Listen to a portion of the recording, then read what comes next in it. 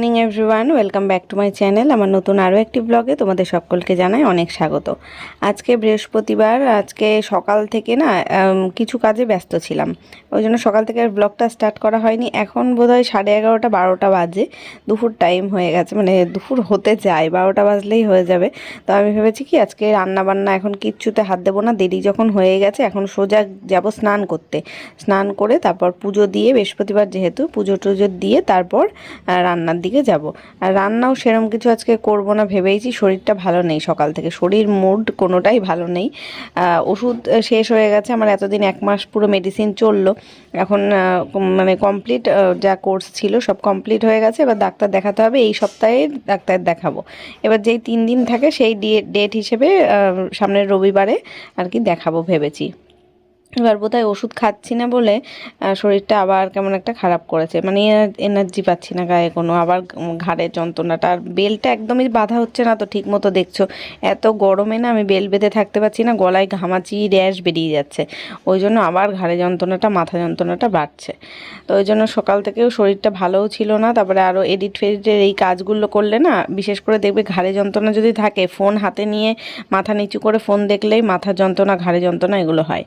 আর আমার এডিট করতে গেলে 1-1.5 ঘন্টা সময় লাগে, এইখানেই আমার মানে প্রবলেমটা হয়। তো যাই হোক, ঘরে বিছানা তুলে আসলাম, সকালে ব্রেকফাস্ট খাওয়া দাওয়া সব হয়ে গেছে। এখন মনে পড়ছে না কি খেয়েছিলাম সকালবেলা, বাবাইকে বোধহয় ম্যাগি বানিয়ে দিয়েছিলাম, আর আমি তো চা বিস্কুট খেয়েছি। পরে পুজো টুজো দিয়ে নিয়ে ভেবেছি একটু ছাতু খাবো। আর এখানে এই যে সবজি বাজার কিছু ছিল না ফ্রিজে, তো সেইগুলোই বাজার থেকে 1 ব্যাগ সবজি এনে দিয়েছে, তার মধ্যে পটল, বেগুন, তারপর উচ্ছে, লঙ্কা টঙ্কা, টমেটো, এসব সমস্ত কিছু এনেছে। তো আজকে ভেবেছি এইসব কিছু রান্না করব না, তাই সব ফ্রিজে তুলে রাখছি।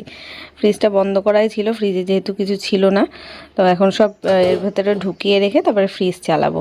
কয়েকটা জলের বোতলও রাখলাম এখন। তো চলো, আর ভাবছি কেটে কুটে সব সবজিপাতি যা রান্না করব কেটে কুটে রাখবো, স্নান করে এসে তাহলে ঝটপট করে রান্না বসিয়ে দিতে পারবো। তা আমি তাই করেছিলাম, সব গুছিয়ে রেখেছি সবজি কেটে। আর এখন স্নান করে, এবার স্নানের সময় কয়েকটা জামা কাপড় আবার কাচলাম অল্প কটাই। আর বাবাইকেও আজকে বললাম তুই স্নান করে নে, মানে দেরি তো হয়ে 12:30 প্রায় বাজে, 12:30 মতন হ্যাঁ তখন হবে, তখন আমি স্নান করে নিয়েছি। আর বাবাই গেছিলো খেলতে, ফুটবল খেলতে গেছিলো তো সকালবেলা গিয়ে এবার ঘেমে চেমে এসে ও মোটর ছেড়ে ওই যে কলতলায় ওখানে স্নান করেছে। আর সারা গাছে জল দিতে বলেছি বলে গাছে তো দিয়েইছে, উঠোনটাও পুরো ভিজিয়ে দিয়েছে। দেখে মনে হচ্ছে না বৃষ্টি হয়েছে, কিন্তু না, একদম কিন্তু কোনো বৃষ্টি কিচ্ছু হয়নি, গরম গরম ভাব রয়েছে সকালে ভালোই। তা উঠোনটা ভেজা রয়েছে, গাছগুলো একটু সতেজতা পেয়েছে জল পেয়েছে বলে। আমি শ্যাম্পু করে স্নান করে নিলাম, গরম লাগছিল প্রচণ্ড, সকালবেলা থেকে কাজকর্ম করলাম তো। তারপর চলে আসলাম ঘরে। আর এই যে আজকে বৃহস্পতিবার যেহেতু সমস্ত ঠাকুরের যা বাসন থাকে আমি লেবু দিয়ে সব মেজেছি। পিতলের বাসন না দেখবে কালচে কালচে মতন হয়ে যায়, অল্টারনেটিভ ডেতে যদি না লেবু দিয়ে মাজা হয় তাহলেই এটা কালো হয়ে যায়।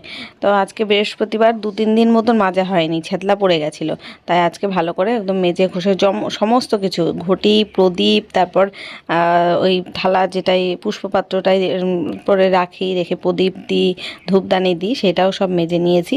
আর ফুল আজকে বাজার থেকে কিনলাম, বাজার থেকে তোমাদের দাদাভাই আনতে ভুলে গেছে, বাজার থেকে তাই কিনে আনেনি। একটা বউ আসে ফুল দিতে, ওই দিদিভাইদের বাড়ি বলে দিয়েছিলাম যে তুমি একটু ফুলটা নিয়ে রাখবে। তো তা ও আবার আমার বাড়িতেই পাঠিয়ে দিয়েছে ওনাকে, তো বাড়ির থেকেই ওই গাঁদা ফুল, তারপরে ঘটে পাতা যা যা হয় সেগুলো, ফুল, কলা টলা ওগুলো নিলাম। গত সপ্তাহেও তো সেই ঘট পাততে পারিনি, তোমার দাদাভাই বাড়িতে ছিল না ওই কারণে। তো যাই হোক, পুজো দিয়ে এসেই আর কি রান্নাঘরে ঢুকে গেছি, দেরি হয়ে গেছে, তাড়াতাড়ি করে রান্না বসালাম। আর আজকে একদম এই যে জলদি রান্না, আলুর তরকারি, ভাত করব, আর খাওয়ার সময় ভেবেছি ডিম অমলেট করব। রান্না করতে ইচ্ছা করছে না, সবজি আছে ঘরে আর কিছু নেই, আর ডিম আছে কিন্তু ডিমের ঝোল খেতে ইচ্ছা করছে না, ডিম রান্নাও করতে ইচ্ছা করছে না। আর এখন আমার কেন জানি না রান্নার এনার্জি হচ্ছে না, ঘাড়ে যন্ত্রণাটা হচ্ছে। সকাল থেকে কাজকর্ম করে এসে প্রচণ্ড পরিমাণে ঘেমেছি, আর এই স্নান করার পরে একদম এনার্জি পাওয়া যাচ্ছে না। তাই আলুর তরকারিটা সবাই ভালোবাসে, আর তাড়াতাড়িও রান্না হয়ে যাবে, আধা ঘন্টাও লাগবে না, তাই ভেবেছি এটাই রান্না করে দিই। আর বাবাইও স্নান করে নিয়েছে, তো ওরও খিদে পাচ্ছে, আমারও খিদে পাচ্ছে, তো তাই আর কি তাড়াতাড়ি করে এখানে রান্না বসিয়ে দিলাম। ভাতের চাল টাল সব ধুয়ে টুয়ে রেখে গেছিলাম, ভাত বসিয়ে দিয়েছি একদিকে, তরকারি একদিকে বসিয়ে দিলাম, এগুলো কেটে কুটেই আমি রেখে গেছিলাম।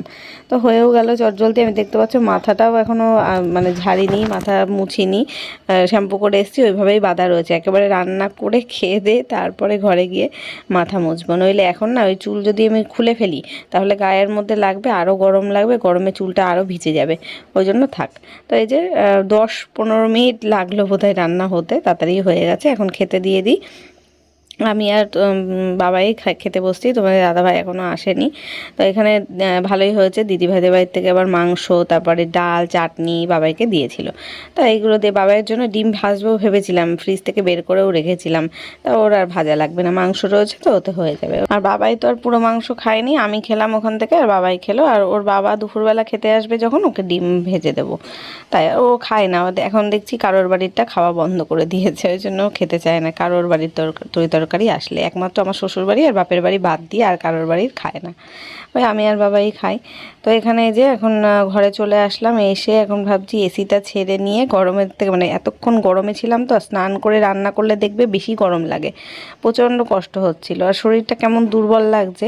ওই জন্য ঘরে এসে এসি ছেড়ে ফ্যান ছেড়ে তারপরে আসলাম চুলটায় সিরাম অ্যাপ্লাই করতে। এতক্ষণ ধরে মানে ভেজা চুল গামছায় জড়ানো ছিল তো, শুকিয়েই গেছে দেখো চুলটা।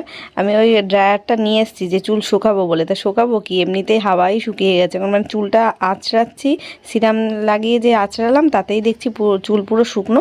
আজকে আর ড্রায়ার আর মানে লাগালাম না চুলে। তারপর কি এখন আর রেস্ট নিই, খুব কষ্টও হচ্ছে। সকাল থেকে কাজকর্ম হয়তো তোমাদের বেশি কিছু দেখায়নি, তবে আমার একটু খাটাখাটনি হয়েছে কিছু কারণে। তো এখন একটু রেস্ট নিই, পরে দেখা হচ্ছে আবার। কালকে আর ভিডিওটা কন্টিনিউ করা হয়নি, আজকে হলো নেক্সট ডে সকালবেলা, শুক্রবার সকাল।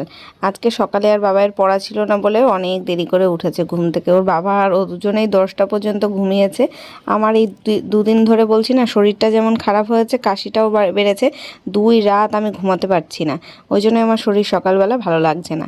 তো সকাল সকাল উঠে পড়েছি, উঠে এখানে ওকে জিজ্ঞেস করছিলাম যে কি খাবি, ও তো কিছুই বলছে না। একবার বলছে ভাত খাবো, একবার বলছে পাস্তা বানাও, একবার বলছে গোলা রুটি খাবো। তা ঠিকভাবে বলছিল না দেখে আমি আর কি করব, আমি চাটা বানিয়ে খেয়ে দিয়ে বসেছিলাম, বসে বসে একটু ফোন দেখছিলাম। তারপরে ও ঘুম থেকে উঠলো, বলল যে গোলা রুটি খাবে, তাই বানালাম। এখন আমিও খাবো, ব্রেকফাস্টও হয়ে যাবে এটাই। বাইরে মেঘ করেছে, কালকে ভোরবেলা, ভোর ঠিক না সকালবেলা 7টার সময় বৃষ্টি হয়েছে। আমি তো তখন জেগেই গেছিলাম, ওই জন্য টের পেয়েছি যে 7টার সময় বৃষ্টি হচ্ছিল। ওদিকে কাজের মাসিও চলে এসছে, ঘর মুছে দিচ্ছে। আমার এখনও বিছানা তোলা হয়নি, যেহেতু ওরা উঠলোই এখন। তারপরে ব্রেকফাস্ট সেরে নিয়ে এখন রান্না বান্না বসিয়েছি। তোমাদের দাদাভাই বাজার করে এনেও দিয়েছে। কালকেও তো সেই আলুর তরকারি খেলাম, তার আগের দিন বোধহয় ডিমের ঝোল খেলাম। আজকে আবার দেখছি চিকেন নিয়ে এসছে। আমি ভাবছিলাম একটু মাছ আনলে ভালো হতো, তবে ওই বাবাই খেতে চায় না। বাবাইকে জিজ্ঞেস করে কি খাবি, ও বলে তো মাংস আনো, মাংস নয় ডিম আনো। তা ডিম তো আর খাবো না, তাই আবার দেখছি মাংস নিয়ে এসছে। এখন এই তরকারি কাটছি। আজকে তাও টুকটুক করে অনেক কিছু রান্না হয়েছে। উচ্ছে আলু করেছিলাম, একটু ভাজা বা চচ্চড়ি করব ভেবেছি, আর মাংস করব। ডালটা আর আজকে করব না, একটু চাটনি করব সাথে। আম ছিল সব, মানে শক্ত আম রাখা রয়েছে, কাঁচা আম ঘরে রাখলে না পেকে যাচ্ছে, মানে নরম হয়ে যাচ্ছে, তাই দিয়েই চাটনি করব, আর কি করা যাবে। আর এই উচ্ছেগুলো বেশ সুন্দর, দেখেও ভালো লাগলো। কালকে বাজার থেকে নিয়ে এসছে, তার থেকে দুটো বের করে আজকে আর কি চচ্চড়ি করলাম। কিন্তু প্রচণ্ড তিতো, রান্না করার পরে তোমাদের দাদাভাই খেয়ে বলছে বাবা এত তিতো আমি খেতে পারবো না, এক গাল খেয়ে আর খেলো না। তবে আমার তো বেশ ভালোই লাগে উচ্ছেটা খেতে, আমি খেয়েছি, মানে যতটা বানিয়েছিলাম আমিই আর কি খেয়ে নিলাম, মানে দুপুরবেলায় একবারেই খেয়ে নিয়েছি। আর আজকে ভেবেছি একটু বাপের বাড়িতে যাব, থাকবো 2 দিন গিয়ে। শরীরটাও ভালো না, আর ভালো লাগছে না। বাবাইয়ের বিকেলে বেলা পড়া রয়েছে, ওকে পড়িয়ে নিয়ে তারপরে যাব, রাতের দিকে আর কি যাব। তাও যেতে যেতে 7:30-8টা বেজে যাবে, ওর পড়াবেই হয়তো 7টা 7:30 পর্যন্ত, বিকেলবেলা পড়া রয়েছে। তো এই যে এই আমটা, এরকম 4-5টা আম পাশের বাড়ির থেকে দিয়েছিল। ওই যে আমাদের জানলার কাছে যেই গাছটা ওখানে দেখা যাচ্ছে, এখনও আমার দেখো পেছনে দেখা যাচ্ছে গাছের পাতাগুলো, ওই গাছের আম দিয়েছিল পাশের বাড়ির একটা দিদি। তা এগুলো কাঁচাতেই দিয়েছিল, তা ঘরে রেখে দেওয়াতে দেখছি পেকে গেছে। তাই আমি ভাবলাম পেকে গেলে পাকা আম খাওয়া যাবে খুনি, কিন্তু না, কাটার পরে দেখছি প্রচণ্ড পরিমাণে টক। তার কি করব, কিন্তু এদিকে দেখো ঝোল বেরোচ্ছে একদম পেকে গিয়ে। তা পাকাতে খাওয়া যাবে না এত টক আম, তো চাটনি করে ফেলবো ভাবলাম। তো চাটনি আর কি ওই একটু ঝোল বানাবো, লবণ দিয়ে চিনি দিয়ে হালকা পাতলা, একদম আমের যেই ঝোলটা হয় না, ওই ওপরের জলটা খেতে খুব ভালো লাগে, সেইভাবেই আমি বানাবো আমার একার জন্যই। আর এই যে উচ্ছে আলু ভাজা বসিয়েছি, চচ্চড়ি করব। আর হচ্ছে মাংস টাংস সব ধুয়ে কেটে বেছে সব রাখা রয়েছে, এই দুটো রান্না করলেই হয়ে যাবে। আর ভাতটা আজকে এক পালার মতনই করলাম, যে রাত্রে যেহেতু থাকবো না আর ওই ভাত আর বয়ে বয়ে নিয়ে যাব না, তাও জানো তো বেশি থেকে গেছিলো ভাত, সেই বয়েই নিতে হয়েছে। মাংসও নিয়েছি, আবার উচ্ছে আলুটা নিইনি, ওটা দুপুরেই খেয়ে নিয়েছিলাম সবাইকে, বাবাইকে একটু দিয়েছি, আমি একটু খেয়েছি, তোমার দাদাভাইকে দিয়েছিলাম, ও তো নষ্ট করেছে আর কি, খায়নি। তো এখানে দেখো চাটনি আর চচ্চড়িটা হয়ে গেল, এখন মাংসটা কষাচ্ছি, মানে এখনও মশলা দিইনি, ভেজে নিচ্ছি, একটু পেঁয়াজের সাথে মাংসটা ভেজে নিলে ভাঙেও না, আর টেস্টটাও দেখি ভালো হয়, ছিপড়ে ছিপড়ে ব্যাপারটা ওটা থাকে না, ভালো লাগে বেশ, মাংসটা ভালো টেন্ডার হয়ে যায়। তাই জন্য আমি সবসময় চেষ্টা করি হাতে টাইম থাকলে পেঁয়াজের সাথে ভেজেই নিতে। তো এই, আর মাদের আবার নিরামিষ চলছে, মা আবার খাবে না এগুলো, তা ওই বাবাই আর আমাদের জন্যই নিয়ে যাবো ওখানে মাংস টাংস, যা মানে দুপুরবেলা খেয়ে দিয়ে যা বাঁচবে সব ওই টিফিন খাইতে পুড়ে নিয়ে যাব, আর রাতে থাকবো ওই বাড়িতে। তাই তো এই দেখতে দেখতে 12:30 বেজে গেল, তারপরে মাংস টাংস রান্না করলাম, কয়েকটা বাসন ছিল সেগুলো মাজলাম, গ্যাস মুছলাম, রান্নাঘর পরিষ্কার করলাম, যেহেতু থাকবো না ওই জন্য বাসন কাসন যতটা পারলাম মেজেই নিলাম। আর এই যে রান্নাবান্না সব কমপ্লিট, এখন এই লুকগুলো তোমাদের দেখাতে আসলাম। 4 রকম রান্না হয়েছে আজকে, মানে ভাতটা ধরে টিফিন কারিগুলো এখানে ধুয়ে বেছে মানে ধুয়ে টুয়ে রাখলাম, যাওয়ার সময় পরে ভরে নেব। তারপরে দুপুরবেলা তুমুল ঝড় উঠেছে, আমি আরও কয়েকটা কাচলাম, ভাবলাম কেচে শুকিয়ে টুকিয়ে রেখে যাবো খুনি, আর দেখো এরকম বৃষ্টি।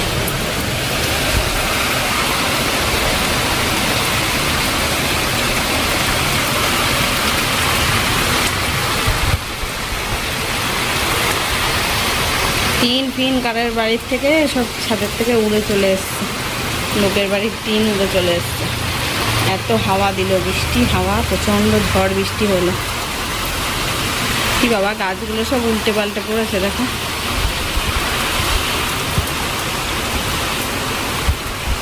হাওয়াতে পর্দা কোথায় চলে যাচ্ছে দেখছো।